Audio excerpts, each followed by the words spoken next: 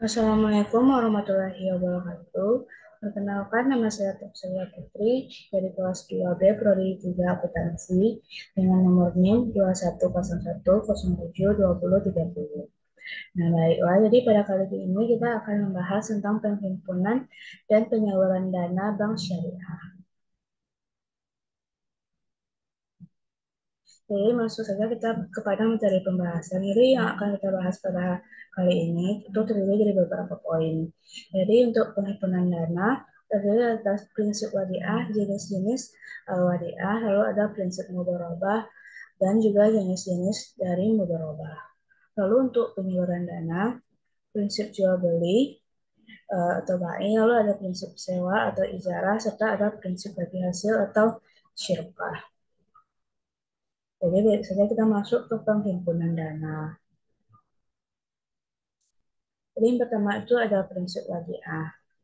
Jadi prinsip wadiah yang diterapkan adalah wadiah yat dan mana yang diterapkan pada produk rekening giro, yaitu titipan murni dari satu pihak ke pihak lain, baik individu maupun badan hukum yang harus dijaga dan dikembalikan kapan saja ketika si penitip menghendaki.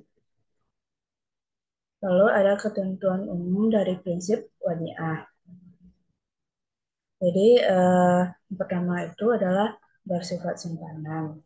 Lalu simpanan bisa diambil kapan saja atau on call atau berdasarkan dari kesepakatan.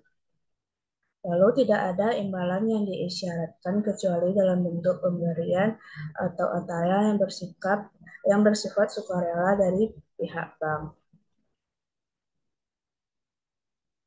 Lalu ada dari jenis-jenis wadiah. Jadi jenis yang pertama itu adalah wadiah yat amanah. Lalu ada juga wadiah yat ad-damanah. Jadi wal wadiah yat mana adalah pihak yang menerima tidak boleh menggunakan dan memanfaatkan uang atau barang yang dititipkan, tetapi harus benar-benar menjaganya sesuai kewajiban. Lalu kita lanjut pada poin kedua. Kedua itu adalah prinsip mudharabah. Jadi prinsip dari mudharabah ini adalah suatu akad kerjasama atau perkongsian antara dua belah pihak, yaitu yang pertama itu pihak pertama sebagai penyedia modal atau dana untuk suatu usaha yang disebut sebagai syahid al-ma'al. Lalu pihak kedua yang bertanggung jawab atas pengelolaan dana atau manajemen usaha yang disebut sebagai mudharib. Lalu kita lanjut ke jenis-jenis dari mudharabah. Jadi yang pertama adalah mudharabah mutlaqah dan juga ada mudharabah muqayyadah. Jadi mudharabah mutlaqah yaitu pemilik dana atau syahibul ma'al memberikan keleluasaan penuh kepada pengelola atau mudharib dalam menentukan jenis usaha maupun pola pengelolaan uh, yang dianggapnya baik dan menguntungkan, sepanjang tidak bertentangan dengan ketentuan. Lalu, sedangkan mudharabah muqayyadah adalah akad kerjasama usaha antara dua pihak yang mana pihak pertama yaitu syabihul ma'al menginvestasikan dananya kepada pihak kedua yaitu mudharib dan memberikan batasan-batasan atas dana yang diinvestasikannya.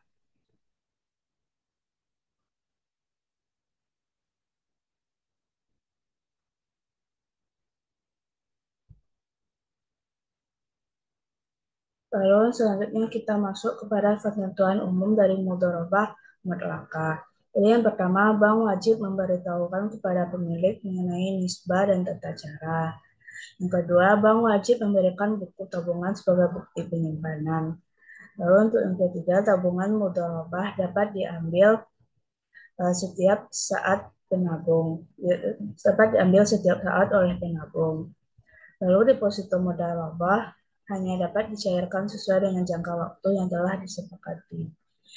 Dan untuk ketentuan-ketentuan lain yang berkaitan dengan tabungan dan deposito tetap berlaku sepanjang tidak bertentangan dengan prinsip syariah.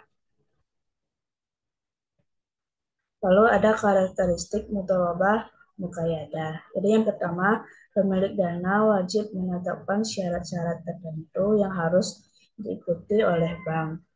Yang kedua, bank wajib memberitahukan kepada pemilik dana mengenai nisbah dan tata cara pemberitahuan keuntungan. Lalu sebagai tanda bukti simpanan bank bank menerbitkan bukti simpanan khusus.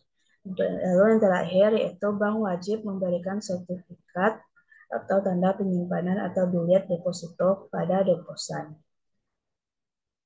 Lalu kita masuk ke materi yaitu tentang penyaluran dana. Jadi secara garis besar, produk pembiayaan syariah terbagi ke dalam 3 kategori yang dibedakan. Jadi berdasarkan tujuan penggunaannya.